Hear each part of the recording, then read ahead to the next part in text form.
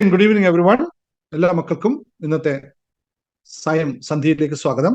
ഞാൻ ഇന്ന് പറയാൻ പോകുന്ന ക്ലാസ് യഥാർത്ഥത്തിൽ മക്കൾക്കുള്ളതല്ല, മാതാപിതാക്കൾക്കുള്ളതാണ്.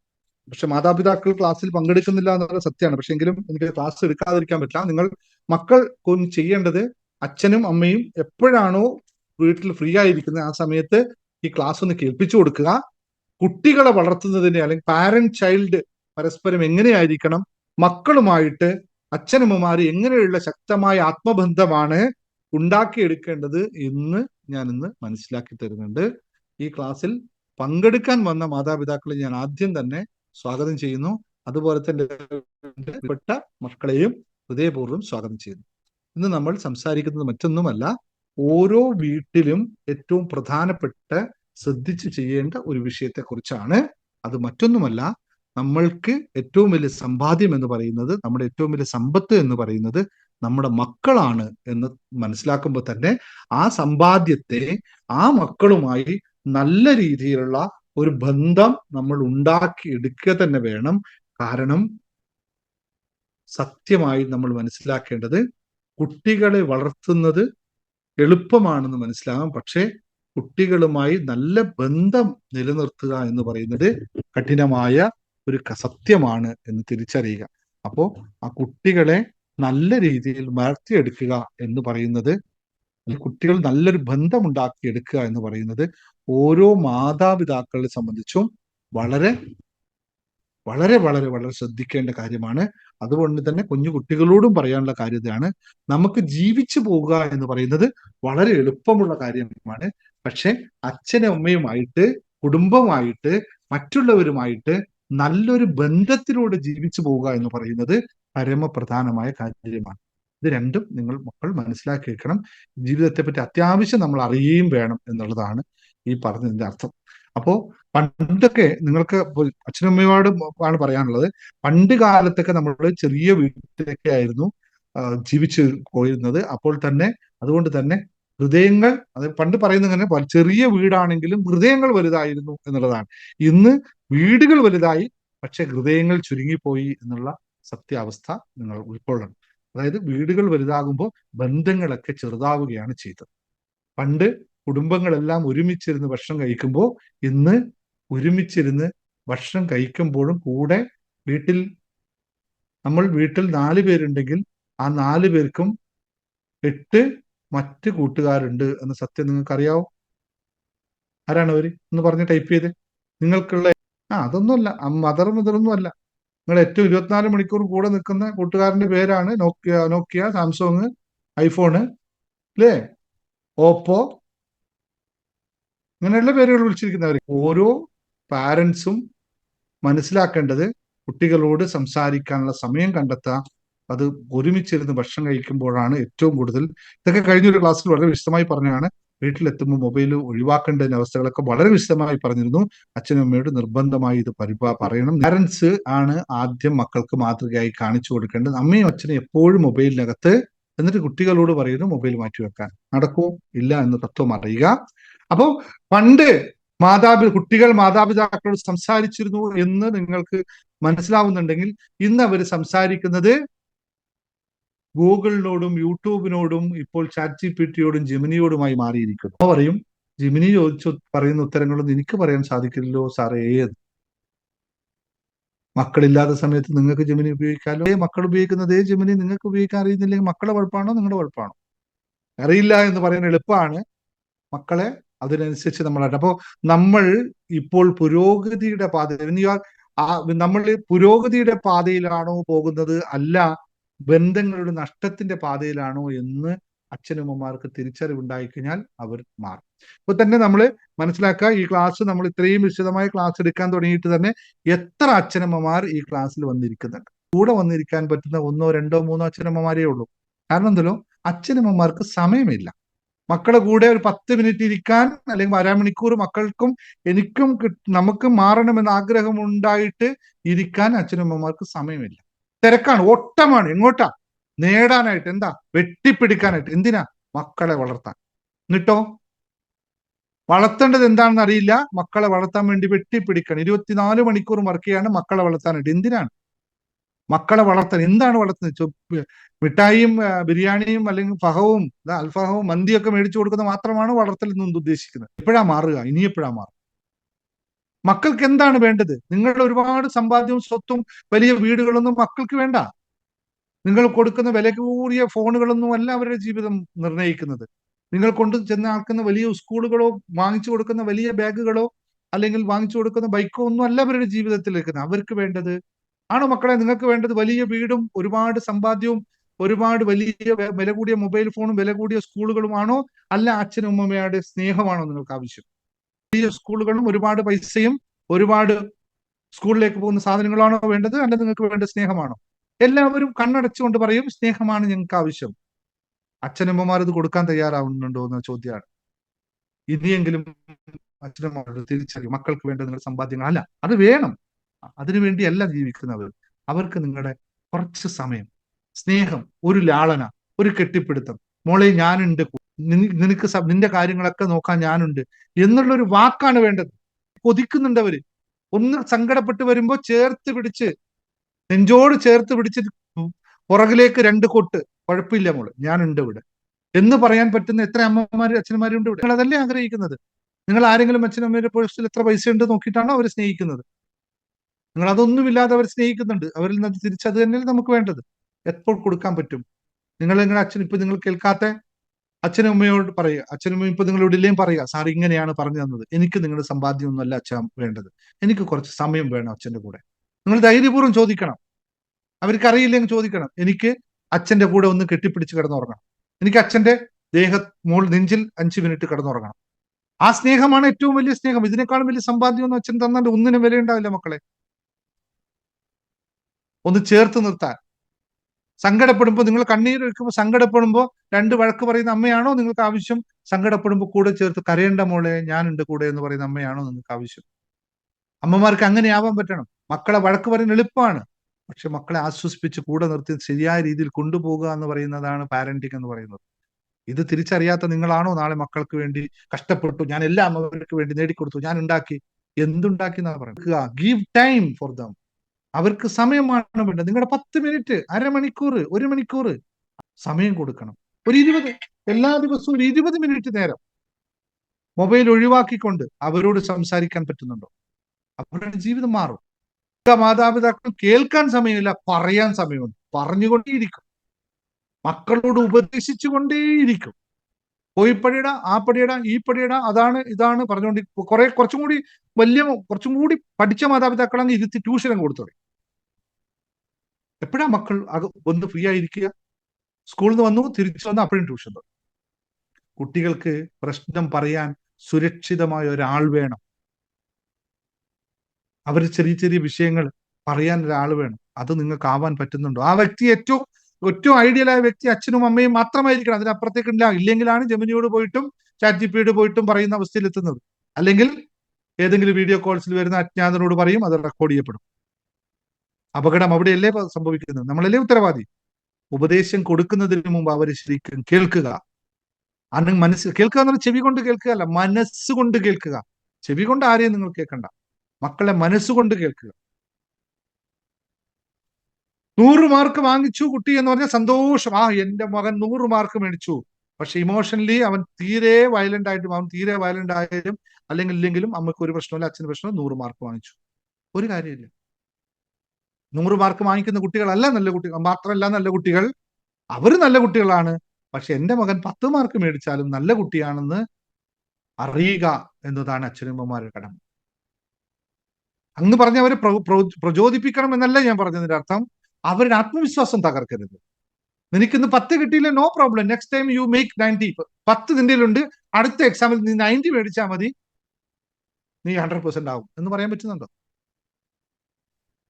ഈ 10 അടുത്ത പ്രാവശ്യം കൂട്ടാമെന്ന് പറയും. എന്നെ അടുത്ത പ്രാവശ്യം നീ എന്ത് മേടിച്ചത്, എന്താ കുഴപ്പം, നീ ഇങ്ങനെ ഉന്നയിക്കാൻ പറ്റുള്ളൂ, കഴിഞ്ഞാലുമില്ല. അതിന് പറയണ്ട. ഓരോ കുട്ടിയും വ്യത്യസ്തരാണെന്ന് തിരിച്ചറിയും. പൂവും മാങ്ങയും ഒരുപോലെയല്ല എന്നുള്ള സത്യം അറിഞ്ഞാൽ മാത്രം മതി. എല്ലാ പൂക്കളും മധുരിക്കുന്ന മാങ്ങയായിട്ടുമില്ല. പ്രകൃതി നിയമമാണ്, മനസ്സിലാക്കുക. ഏറ്റവും കൂടുതൽ നമ്മൾ ചെയ്യുന്നതാണ് ശ്വാസിക്കുന്നു കുട്ടികളെ. കറക്റ്റ് ദം വിത്ത് ലവ് ആണ്. ശ്വാസിക്കുമ്പോൾ സ്നേഹത്തോടെ ചെയ്യുക. ദേഷ്യത്തോടെയാണ് നമ്മൾ ഓരോ ആളും ശാസിക്കുന്ന കുട്ടികളെ. ദേഷ്യത്തോടെ ശാസിക്കരുത്, സ്നേഹത്തോടെ. ശാസന ആവശ്യമാണ്, കുട്ടികൾക്ക് ശാസന ആവശ്യമാണ്, കാരണം ഒരു കറക്ഷനാണ്. അവിടെ സ്നേഹത്തോടെ ആയിരിക്കണം. ദേഷ്യം കൊണ്ട് പറഞ്ഞ വാക്കുകൾ മനസ്സിൽ മുറിവാകുമെന്ന് അറിയുക. സ്നേഹത്തോടെ പറഞ്ഞ വാക്കുകൾ ജീവിതം മാറ്റുമെന്നും. നമ്മളെപ്പോഴും ആകുന്നത് എന്താണ്? ബോസ് ആവുക, അല്ലെങ്കിൽ നമ്മൾ യജമാനനാകുക. വേണ്ട, കുട്ടികൾക്ക് അത് ആർക്കും ആവശ്യമില്ല. നിങ്ങളൊരു മാർഗനിർദ്ദേശിയായാൽ മാത്രം മതി, അവർക്കത് ആവശ്യമില്ല. Be a role model. അവർക്ക് എപ്പോഴും റോളായി മാറുക. കുട്ടികൾ എന്താണ്?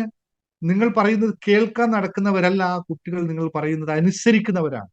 അപ്പോൾ നിങ്ങൾ എന്താണ് പറയുന്നതെന്നുള്ള ബോധം വേണം. കേട്ടാ മതിയോ? പറയുന്ന കഥകൾ പറയുന്ന പോലെ പറയാതെ എന്ത് ചെയ്യണമെന്ന് പറയുക, അത് അവരനുസരിക്കും. നീ ചെയ്തത് ശരിയല്ല, നിന്നെ കൊണ്ട് പറ്റിയില്ല, നീ ഇങ്ങനെയാണ്, അത് കുറെ ഒരു 15-20 മിനിറ്റ് പറഞ്ഞുകൊണ്ടേയിരിക്കും. യഥാർത്ഥത്തിൽ എന്താ ഞാൻ ചെയ്യേണ്ടതെന്ന് ആ കുട്ടിക്ക് മനസ്സിലായത്. ഇപ്പൊ എന്താണ് ഇപ്പൊ അമ്മ പറഞ്ഞത്? ആ പറഞ്ഞുകൊണ്ടേയിരിക്കും. ഞാൻ എന്താണ് ചെയ്യേണ്ടത് മാത്രം പറഞ്ഞു. ഇല്ലേ, ഇത് നിങ്ങൾക്കെല്ലാം അനുഭവമല്ലേ? അമ്മയും അച്ഛനും പറഞ്ഞുകൊണ്ടേയിരിക്കും, ഇന്നത് ചെയ്യൂ എന്ന് പറയാറില്ല. നിങ്ങൾ അച്ഛനും അമ്മമാരാണോ വീണ്ടും പറയുന്നത്, നിങ്ങൾ ഫോൺ ഉപയോഗിക്കുന്നത്, TV ഉപയോഗിക്കുന്നത് കുറച്ചാൽ നിങ്ങളെ മക്കൾ പുസ്തകം എടുത്ത് വായിക്കാൻ തുടങ്ങും. നിങ്ങൾ നിങ്ങളുടെ മക്കളോട് ബഹുമാനം കാണിച്ചാൽ മക്കളും തിരിച്ചു കാണിക്കും. നിങ്ങളൊരു പുസ്തകം എടുത്ത് വായിക്കാൻ തുടങ്ങിക്കഴിഞ്ഞാൽ മക്കളും പിറ്റേ ദിവസം പുസ്തകത്തിലേക്ക് പോകും. ചെയ്ത് കാണിക്കുക. Be a role model. എന്റെ മക്കളോട് പറയാനുള്ള ഇത്രയേ ഉള്ളൂ. വീണ്ടും പറയുന്നു, മാതാപിതാക്കളെ ബഹുമാനിക്കുക, മറക്കരുതൊരിക്കലും. പിന്നെ നിങ്ങൾക്ക് പറ്റില്ല അത്. അവരോട് ശബ്ദം ഉയർത്തിക്കൊണ്ട്, ഒച്ച ഉണ്ടാക്കിക്കൊണ്ട്, ശരിയായ വാക്കുകളല്ലാതെ ഉപയോഗിക്കരുത്. മാതാപിതാക്കൾ. രണ്ടാമത്തെ കാര്യം, നിങ്ങൾ എല്ലാ ദിവസവും അച്ഛനമ്മമാരോട് സംസാരിക്കണം. എല്ലാം മാറ്റി വെച്ചിട്ട് അവരോട് പറയണം, ഈ സമയം എനിക്ക് നിങ്ങളോട് സംസാരിക്കേണ്ട സമയമാണ്, ഞാൻ സംസാരിക്കും. അച്ഛനോട് പറയും, അമ്മയോടും പറയും. എല്ലാ ദിവസവും എല്ലാ വിശേഷവും പറയുക. ചെറുതോ വലുതോ എന്തെങ്കിലും ആവട്ടെ, അവരോട് പറയുക. വിശേഷങ്ങൾ എന്ത് തന്നെ ആയിക്കഴിഞ്ഞാലും അത് കേൾക്കാൻ അവർ തയ്യാറാവണം. അവരോട് പറയണം. നിങ്ങൾ അവരോട് തന്നെ പറഞ്ഞു, സാറ് ക്ലാസ്സിൽ പഠിപ്പിച്ചതെന്നാണ്, എനിക്ക് നിങ്ങളോട് സംസാരിക്കണം, ഇത്രയും കാര്യങ്ങളുണ്ട്, ഇവിടെ ഇരിക്കും. അച്ഛനെയും അമ്മയും പിടിച്ചിരുത്തുക. പല തിരക്കൊണ്ടും പറഞ്ഞു, പറ്റില്ല, എനിക്കിത് സംസാരിക്കും. നിങ്ങൾ പറയുന്ന സമയത്ത് ഇരിക്കാൻ പറയാം. നിങ്ങളുടെ വിശേഷങ്ങളൊക്കെ പറയണം. മൂന്നാമത്തെ കാര്യം, മൊബൈൽ ഫോൺ എന്റെ മക്കളെ നിയന്ത്രിക്കണം. നിങ്ങൾ തന്നെ നിയന്ത്രിക്കണം. അതിൽ നിങ്ങൾക്ക് കണ്ടെത്തുന്ന സുഖം ഒന്നും സുഖമല്ല എന്നറിയുക, അതിലൊന്നും സത്യമില്ലെന്നറിയുക.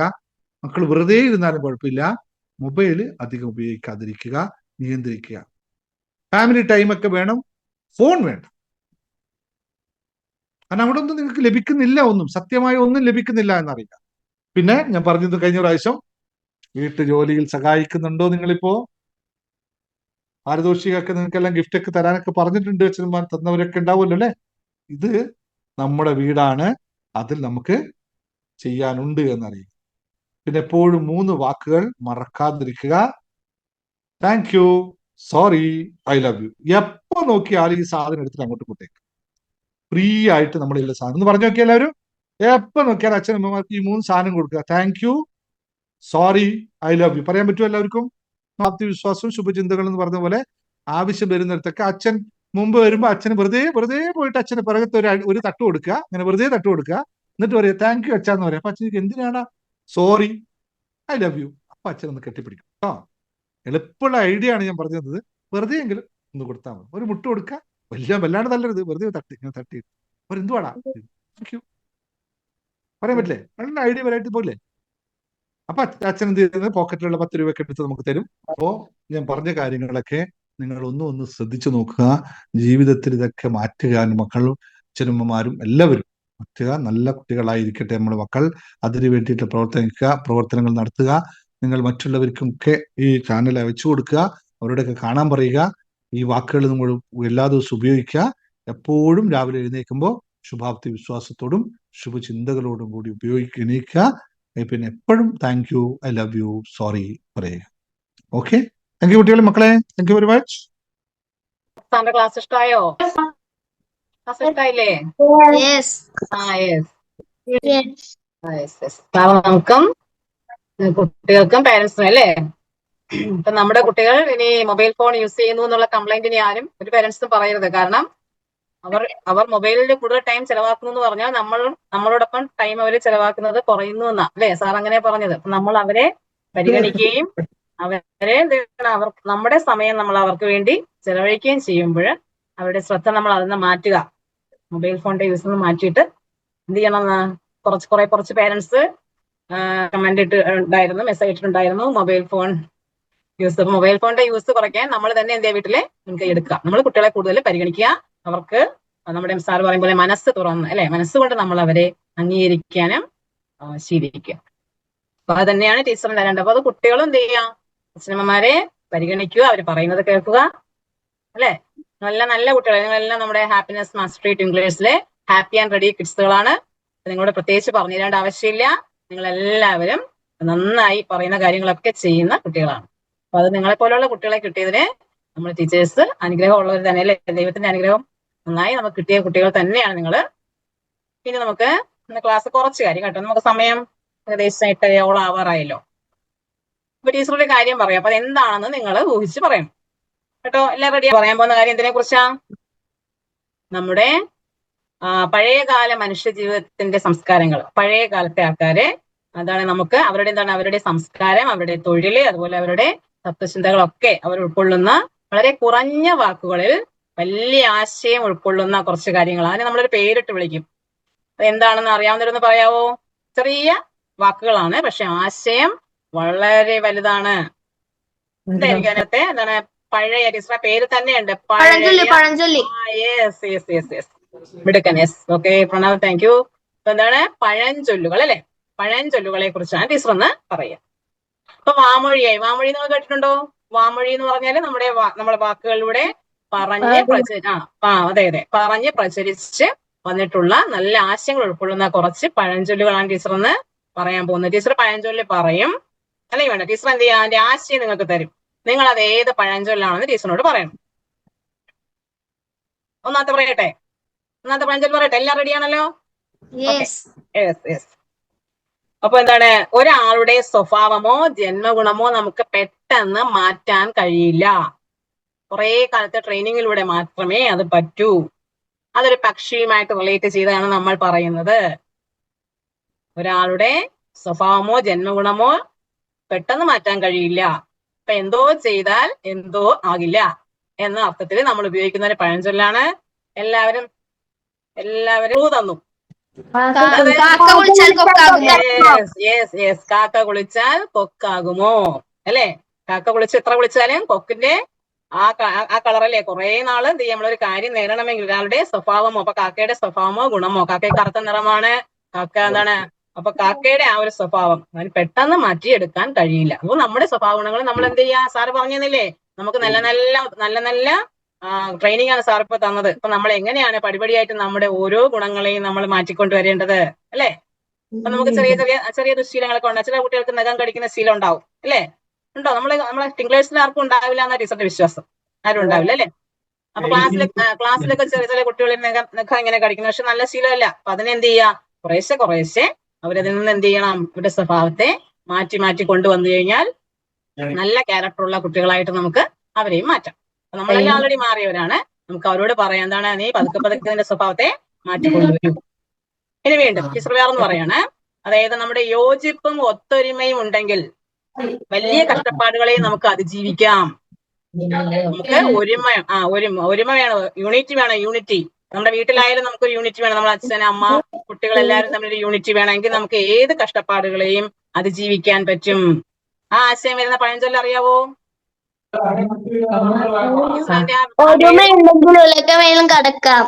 അതാരാ പറഞ്ഞ ആൻസർ? ദ്യുതി. ദ്യുതിക്കുട്ടി ആൻസർ പറഞ്ഞു അല്ലെ? മിടുക്കി. അപ്പൊ എല്ലാവരും ക്ലാപ്പ് എടുത്തേലും കിടക്കാം അല്ലെ എന്ന് പറഞ്ഞ ഒരു ചെറിയ ഒരു വാചകത്തിലൂടെ എന്താ ആശയമാ പറഞ്ഞ നമ്മളോട്? നമ്മൾ എന്താ ആശയം ഉൾക്കൊള്ളണം? നമുക്ക് ഒരുമിച്ച് നിന്ന് കഴിഞ്ഞാലേ യൂണിറ്റി അല്ലെ? യൂണിറ്റി ഈസ് ദ സ്ട്രെങ്ത് എന്നാ.